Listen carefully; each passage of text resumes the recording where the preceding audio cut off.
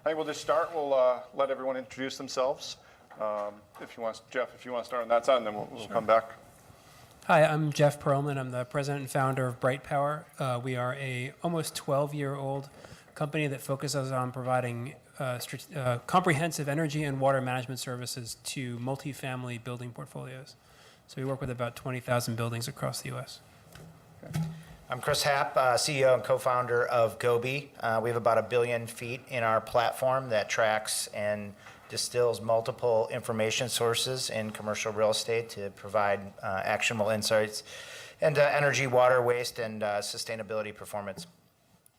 I'm Xiaojing. I work for the Cadmus Group, and we're consultants to Energy Star. I am a bit of a translator and user experience guide, so I translate the details and specifics of how Portfolio Manager works for people who have questions about the tools. And then I also make sure that if anybody, particularly the web services providers who exchange data with Portfolio Manager, have any questions or feature suggestions, those get answered and those get escalated to EPA so that we can continue to evolve the Energy Star tools. Hello, everyone. Such a pleasure to be here. My name is Xiaojing. I am the CTO of the Greenlink Group. We are a local startup based here in Atlanta, actually started by 3 PhD students from Georgia Tech. So this is my homecoming. We actually occupy a unique niche. We work with the building sector, like my panelists do, but we also analyze the electricity sector. So we try to understand the electricity supply from hour to hour into the building sector. And we think there's a lot of value that comes out of understanding the utility sector very well, because the carbon and environmental attributes of your hourly electricity supply is very different. Therefore, depending on what clean energy action you're taking as a building owner, the environmental impact of your action is also different. And there's a social value of understanding that, because by reducing carbon emission and other environmental pollutants, you're creating public health benefit. By investing into clean energy sector, you're creating jobs, and the economy is growing because of that action. So there's a whole social aspect of that Greenlink is try to capture, in addition to understanding the building sector's energy use. Fantastic. Welcome home. Thank you.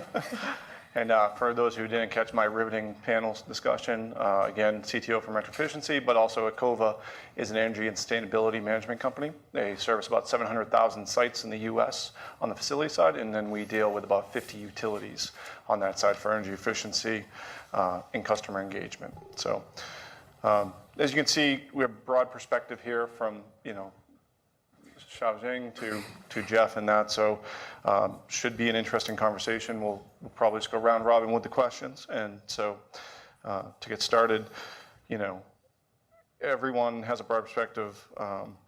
The different market need that's driving the interest in insights and savings, and so there's obviously saving money, regulatory. There's a need to be green, but from each one of your perspectives, what's the primary driver that is driving people today?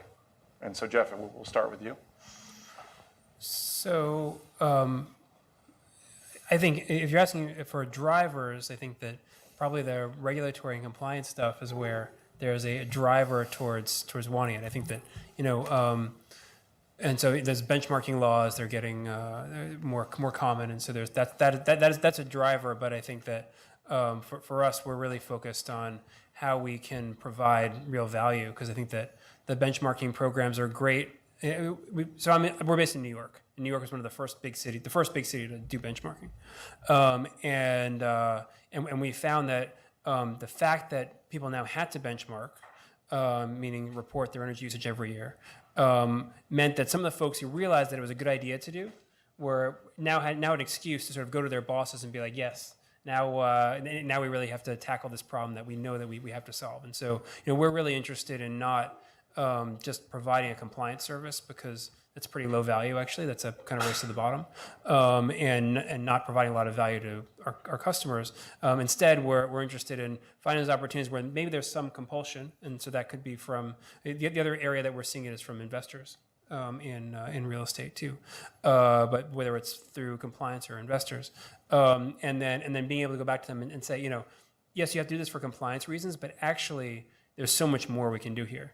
And so once we're getting the utility data and analyzing the utility data, the analysis leads us to all these great improvements we can make in your buildings. And that's really our background. Mike Bright Power's company background is really more from the building engineering side. Because I think about this utility bill stuff as there's an accounting side and there's more of a engineering side.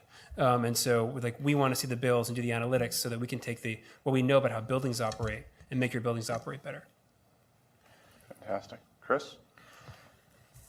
Yeah, so I'm gonna, I agree with everything you said, Jeff. I'll start with a personal story, which I think explains my interest in this and sort of answers the question. So when I was 13 years old, I played in the Little League World Series. And it's not the one that you'd see on TV. It's the one in Taylor, Michigan. So the one you see on TV is Williamsport. That's the 12-year-old one that sort of gets all the ESPN coverage. So the next year is the first year, and it's 13 and 14-year-olds. And it's the first year they moved the bases to 90 feet and from 60 and pushed the fences back and all that kind of thing. And so being on that team and being 13 and as sort of young male adolescents grow, the difference between a 14-year-old in terms of capability and 13 is markedly different. And so I sort of learned at that early age that to compete, I needed to be able to analyze things better than my stronger and sort of faster peer set. So I would look for how someone swung the bat and try to get to the ball faster. And so it became clear to me early on that effectively using data and using information was a way to outperform if you weren't as fast or strong or something like that. And to follow on what Jeff said, I think we see our customers saying, yeah, I have to do this. It automates my bill payment. It complies with local laws. But now that I've collected this, what else can I do with it? So I think we're increasingly finding customers that are saying, hey, what can you tell me with this data? How can you help me outperform with this data? And what I've found the most interesting, we're running some analytics, and just kind of as a simple example, we're taking energy use intensity in a portfolio, and we'll say, I can take a Google map, for example, and get the color of the roof. So I can see their energy performance, which I can pull from bills. I can see the color of the roof. And so we'll do a whole series of metrics like that. The most telling metric that we have still on our platform, so we could load various energy cost measures, but when there's things that we can't pull automatically and we have to get and ask the property manager, the most telling statistic we have is if the property manager doesn't know the answer. So if I said, hey, do you have window film installed? Yes, no, or I don't know. The I don't knows across the board are by far the worst performers. So it's really interesting that we're collecting this data, but still behaviorally, we have a lot of basic blocking and tackling improvements we can make, such as what's happening in your building. But I think those insights are becoming apparent with data and sort of breaking down these silos. We sort of call it dark data, but how do you take these silos and turn them into a single place so you can find that meaningful analytics? So what you're saying is in the world of energy efficiency, ignorance is not bliss? The data wouldn't prove that. That's a great story. So I'll tag along with Chris and Jeff. Being in customer support, I see the number of emails about Energy Star tools and tracking steadily rise, and sometimes the panic levels steadily go up in the spring when the disclosure requirements across the country come to a head. So I know that those disclosure requirements are a big driver of the need for data in the first place and better data. And I think to echo their point, it is a gateway to other conversations and drivers about energy data and management. If you're in New York City or Boston or Chicago or one of those cities, and you are completely new to energy management, let's say you're completely ignorant about these things, you already have to have access now to your whole building data, and you have to report it to the city. In a lot of cases, you may just pay somebody else to do that. And once you do that, you'll discover the other services that provider offers that can help you turn an exercise that could be like filing taxes into something that can actually deliver you savings and value. And B, you'll start asking more questions if you see that the building down the street has scored an 85 and yours is a 64. Why? And so that leads you to start getting into maybe smart metering, maybe you get into interval data. Maybe you look to start metering the individual pieces of equipment in your building, or you look to find a provider who could do a virtual audit and to feed some recommendations on how to improve your building. So I think the disclosure requirements in a lot of cases are the trigger, and then there are other drivers that will jump in and come into play after those. One thing I picked up while listening to my fellow panelists speaking is that a lot of the actions are actually happening in cities. And that has also been my observation. The city actions, the regulations passed in cities, the benchmarking ordinance passed first in New York and last year in Atlanta has been this big driver for more transparency in building energy use. And also, I think a lot of us know this in 2014, for the first time, more people living on this earth living in cities than living in rural area. And in the US, 70% of the energy consumption happens in urban areas. So city is really a big energy, a big group of cities is a big group of energy consumers. And a lot of actions can happen in city. And we see promising change in that direction. A lot of the big, large cities in the States have already have some sort of either energy goal or carbon goal or more broadly sustainability goal. But to achieve that, you have to know what to measure, right? Because you cannot manage what you cannot measure. So having the building energy use data is the very first step towards good governance, as well as to come up with a sensible and actionable plan to reach the sustainability goal that each city laid out. Fantastic. All right, great. So now let's go down the customer journey here. We've got them on the platform. We've got them disclosing things, strong-armed or otherwise. How do you guys tackle the issue of getting customers past just looking at the data to actually find the insights and get engaged and actually take action? What are you doing in your tools? What are you doing at the Energy Star? How are you getting them to that next step once they're there? So, do you want to start? Yeah, we can do the same one. So our customers, as I mentioned at Bright Power, are primarily owners of portfolios of multifamily buildings. They're real estate people, in other words. They're real estate people who own apartment buildings. And we have a software tool that we built called Energy Scorecards, which does a better job than any other tool that I know of grading multifamily buildings' energy performance using utility bill data. And we really focus on multifamily.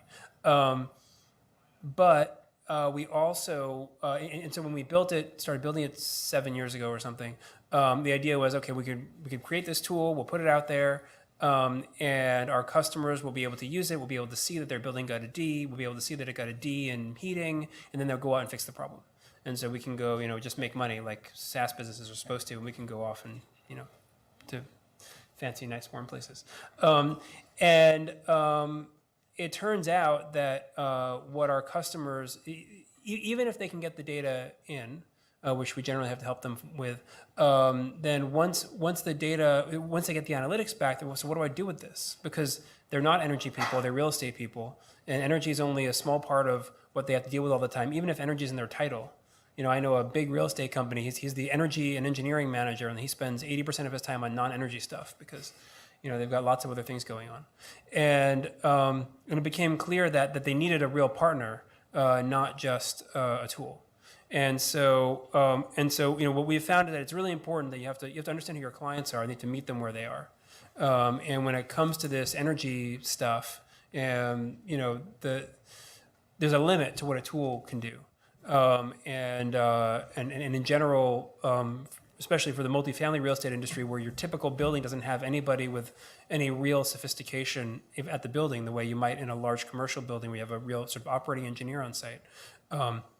We have to be a lot more than the company that says, you're doing well, you're doing poorly. If we actually want to affect change, we have to offer a real service that involves our intelligence and our people working with the people who are managing the buildings to actually make those changes. And so we get into engineering of solutions. We get into measurement and verification and putting good operations and maintenance protocols in place in buildings. And it's a lot more than just sort of a tool to measure performance and then also track performance over time. That's an input, but we have to provide a service that uses that input to actually provide the service that our clients need. Do you guys find you provide service to just about 100%? Is there some customers that take it to the next step by themselves? What would you say? There are a few, but actually I think that basically we've expanded the definition of energy. Our energy scorecard software as a service is really kind of our most basic level of managed service, because there's always an analyst on our team that's associated with that subscription, and they're reaching out and working with somebody on the other side in basically every case, except for certain like small compliance customers where we're just doing the benchmarking. They want to hear from us. Right. Yeah, so to follow that, none of us that represent tech companies up here board want to hear that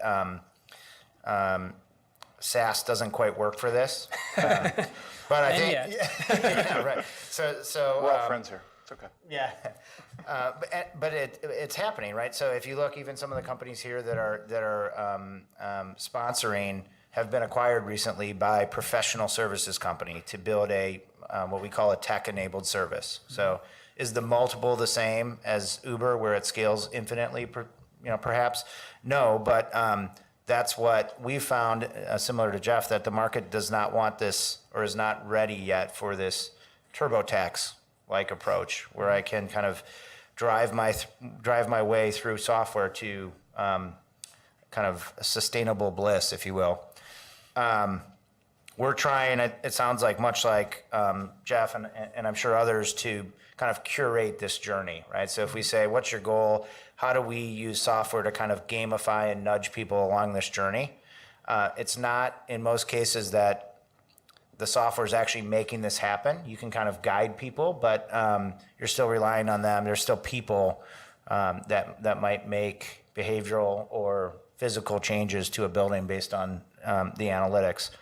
One thing that we find hangs these programs up is overthinking it, right? So you can overthink it and not get started, which we see happen a lot. And I think it's best to just get started and get data and start to kind of understand what's happening. I'm working on a energy council, and we're working on a study with PwC where they polled something like 150 Fortune 500 companies, and basically kind of we're tracking who got the most direct value from a robust energy program, both direct and indirect. And we couldn't find a big statistical difference between the market leaders and sort of that top quartile. But there was a market difference between the market leaders and the laggards. So to me, it's basically saying we don't know yet what the true end benefit or the delta is from being number one in energy efficiency or sustainability, but we certainly see a clear difference from those who aren't doing anything. And so we're kind of saying, let's get started. Let's don't hang up this program, and we'll be able to curate a journey together in using software and a mix of kind of professional services to support that. Chris, do you guys offer professional services as well, similar to what Jeff was talking about? Or do you guys have partners in that system where you feel you kind of throw them at your customers that you're like, you guys are ready, you're at the edge, just give them a push? Yeah, we're trying to partner more and more. Of our 80 people, 10 are in our professional services group, and we've sort of publicly stated we're not growing that. We're trying to grow that through partners. But we have a big data services component, if you call that, to enable data capture through things like Urginet and other kind of, unfortunately, manual fashion for some types of bills. Less utility, but more around purchasing and things like that. So one method to go beyond is to show people the cost of doing nothing. So sitting on your data without making changes isn't free, has a cost tied to it. And one of the most downloaded Energy Star resources that we have is called the Cash Flow Opportunity Calculator. And what it does is it takes some basic information about a proposed project and your energy costs, and it will show you the cost and the money that is being wasted every month that you don't implement the project. So it turns out that lots of Americans aren't really good at saving money.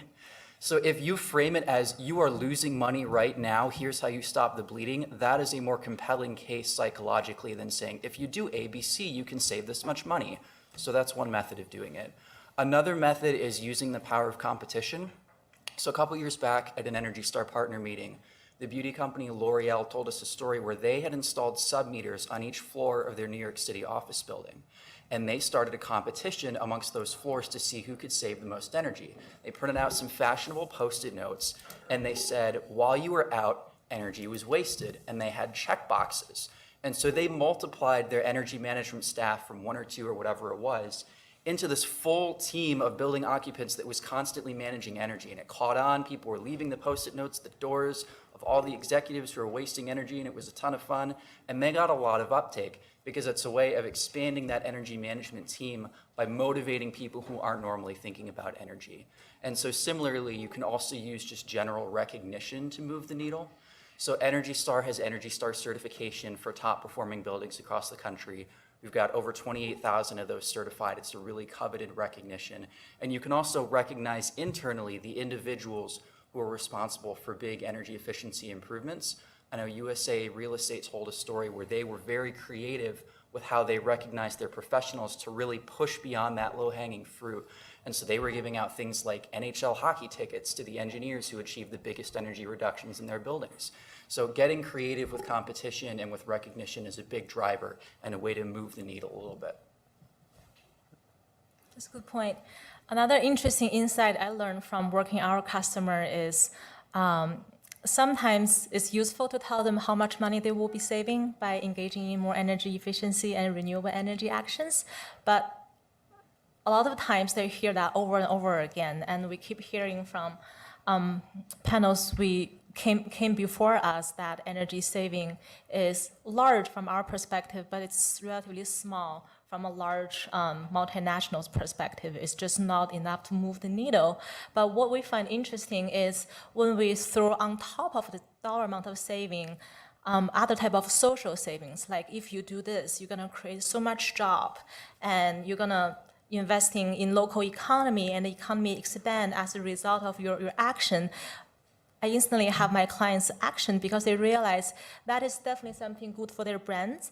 And from a political perspective, they can also use that action to go to their local politician to say, hey, we actually create this much of benefit to your local economy. Next time when it comes to negotiating some type of deals, they actually have a leverage in their hands. So I guess the takeaway here is to watch out for their bottom line is great, but sometimes it's also useful to provide them with some like top-line stories that can make them look good, but also providing social benefit to their local constituencies. I think that's super important, actually, and I think it's one of the things that we've been learning is how we can tell the story, the top-line story, and because our clients are real estate companies, it's like what they're most concerned about is if they're apartment buildings and they're renting apartment buildings is how do they keep them filled and how do they keep the rents up. And so, keeping their residents happy, right? So if you have a more energy efficient heating and cooling system that also happens to be more comfortable, and people aren't moving out because they're not complaining about bad heating and cooling, then that's a much bigger benefit to them than however much money they're going to save by running the system more efficiently. So those are the kinds of things we're looking for. That's great. And you guys start thinking about questions. Just one more last one, 30 seconds to 60 seconds each. I'm really interested in your perspective of what you see in the next 5 to 10 years, whether it's new data streams or new methods of managing the portfolio of buildings. I know it's kind of a curveball, I apologize, but I'm really curious on this panel what your thoughts are. And we can start this time with Xiaojing this time. I think a really exciting area that we have already seen, and I'm pretty sure it's going to continue into the future, is the increasing adoption of distributed energy resources in buildings. And traditional building energy analytics have been focusing on building energy consumption, but with more DER resources being added, we're looking at on-site generation as well, in addition to building energy consumption, like the plug load and equipment. So I think going into the future, we are we're going to see more demand for better analytical softwares to capture both and provide building owners a way of understanding their electricity consumption as well as their bill, right? Your usage doesn't directly correlate with the amount of bill you pay. It depends on your tariff, depends on your demand charge if you are a commercial customer. So a lot of things need to be understood, and with this added layer of DR resources, it's going to be more challenging, but at the same time, it's going to be more exciting, I think. Fantastic, Zach. There's going to be big growth in the demand for data mobility, especially because organizations are now having data come from a utility, benchmarking and portfolio manager. They maybe have a private service provider who is providing value-added analytics on top of the utility, and maybe another private service provider who is using that data to make targeted improvements in a building. So they want that data to move seamlessly from the utility to all of those organizations. They don't want to have to worry about it. They want to press the button once and have it work. And they're not interested in hearing about all of these excuses about how difficult it can be to map the data or IT security. So that is going to be the end goal of a lot of these organizations that are coming in and starting energy management. And do you see the EPA or the government playing a role in mandating that?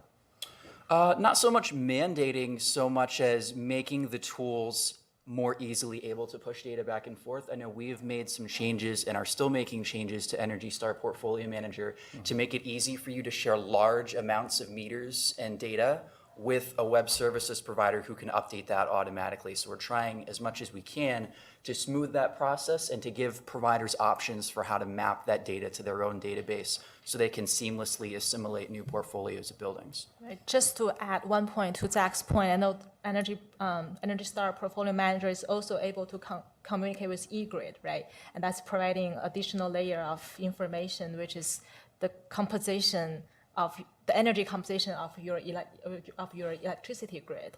So that is another way of moving data even from the beginning of the electricity generation sector to the consumption sector. It's just another way of saying, yes, the mobility is very important.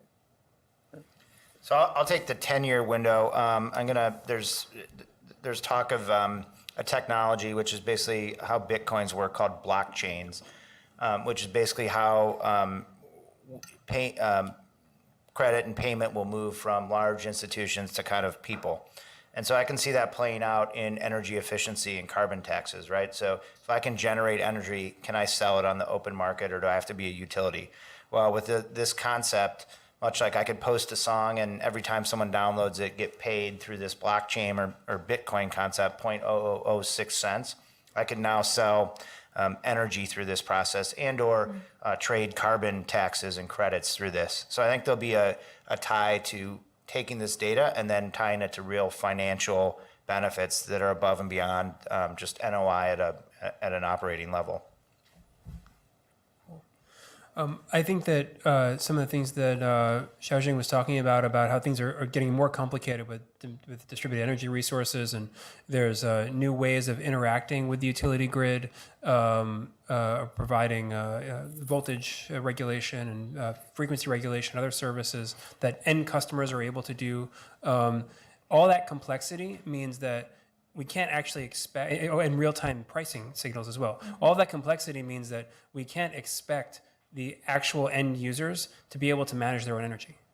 And so I think we're going to see a trend, we have to see a trend towards professional energy management being a service that people who own buildings, live in buildings, manage buildings, pay for in the same way they pay for exterminators, they pay for security systems, they pay for various other things. They're not expected to be, the real estate people are not expected to be experts.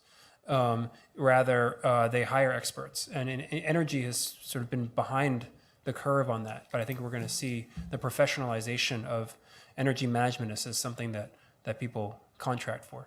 And do you see that the utility is going to step into that role, or do you think it's going to be startups, or do you think it's going to be Google? Like, what are your thoughts there? It's going to be us and and our competitors. I think that it was interesting. I was talking with you. Because you're part of a big utility now. And I think that there are probably some big utilities like Engie that may actually be able to make the jump. I think most utilities, certainly the U.S. utilities, are not really capable of doing this. And so I think it's a new raft of companies. I do think that there are companies like Google and others that may get into the game also. More likely that Google and Apple will do it than that a lot of utilities will do it. Or they'll buy someone that doesn't. Right.